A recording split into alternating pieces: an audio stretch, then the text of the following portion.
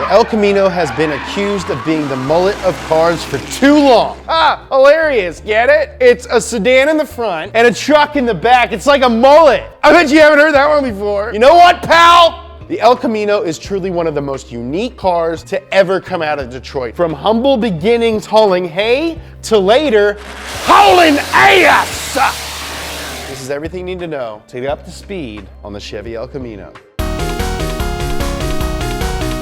Yeah, I know. The El Camino was not the first car truck thing to go on sale in the States. Ford did it first with the Ranchero in 1957. Ford marketed the Ranchero as more than a car, more than a truck, and it was a hit, and Chevrolet took notice. Well, yeah, I noticed. The first El Camino was brought to market 2 years after the Ranchero in 1959. Chevy sold over 22,000 units in the first year of production, but it got worse in 1960 and sales dropped. Baby boomer families were growing, so they needed more than 2 seats, and the cargo space wasn't that great compared to a real truck. Basically, Chevy missed out on both markets, and the El Camino was discontinued the following year. Wait, what? What did he mean by discontinued? Meanwhile, the Ford Ranchero was doing pretty good. It was now based on the Ford Falcon, just like the Mustang. Chevy took note of Ford's experimentation and said, hey, we can do that. Chevy brought back the El Camino in 1964, and this time its sister car was the frickin' Chevelle. The Chevelle Super Sport was one of Chevy's first entries into the slowly escalating muscle car arms race. So it would make sense to offer this performance in the El Camino, right? Yeah, Blonders. That's a good idea. Chevy didn't think so. They did not offer the El Camino SS. Yet, Chevy was still determined to market the El Camino as a truck with the comforts of a car, as opposed to a car with the utility of a truck. However, as the 1964 model year went by, Chevy eventually offered a 327 cubic inch V8, making a decent 300 horsepower. Pretty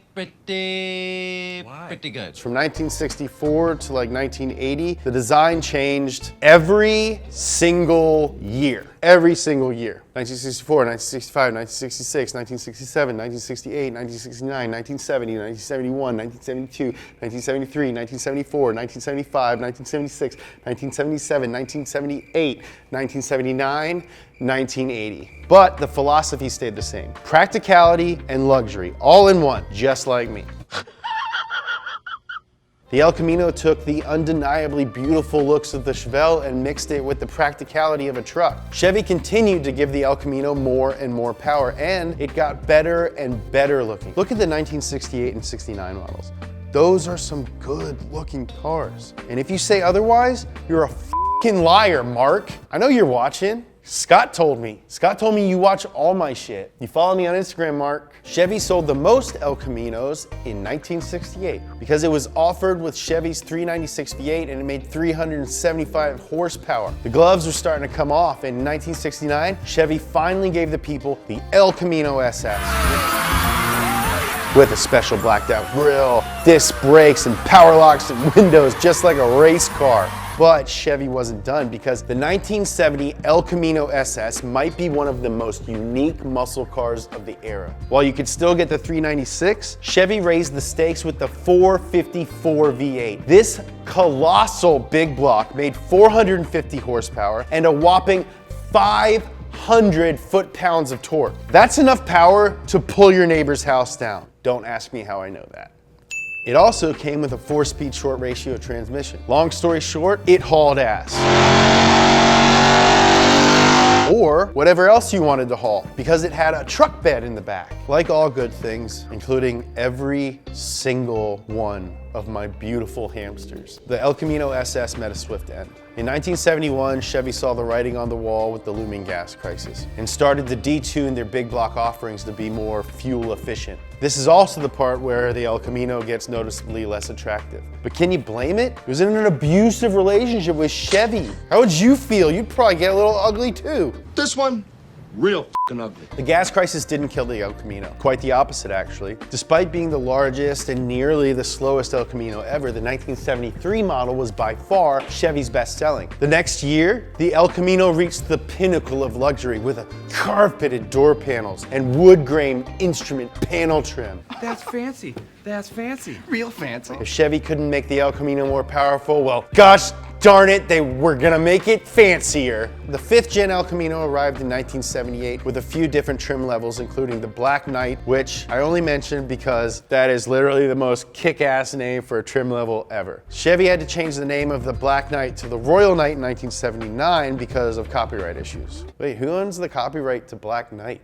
Martin Lawrence is the Black Knight. When the gas crisis of the 70s came to an end, Chevy ushered in the 80s with a new El Camino with 0 changes to the body and only minor tweaks to the engine. Thus began the twilight of the El Camino. And no, I'm not talking about vampires. The El Camino lived out its final years with few highlights. In 1985, Chevy started producing the El Camino in Mexico to save on cost, but it didn't last long because the El Camino finally left us in 1987, just like my dad. The death of the El Camino was a somber one, but the fact that it wasn't being sold in showrooms anymore didn't stop people from loving it. The El Camino is a folk hero in the car world, a solid performer who wasn't afraid to get down and dirty. If you have the chance to buy an El Camino, do it. Just do it! There have been a million rumors for a million years now that Chevy's gonna bring back the El Camino, but I'm not holding my breath.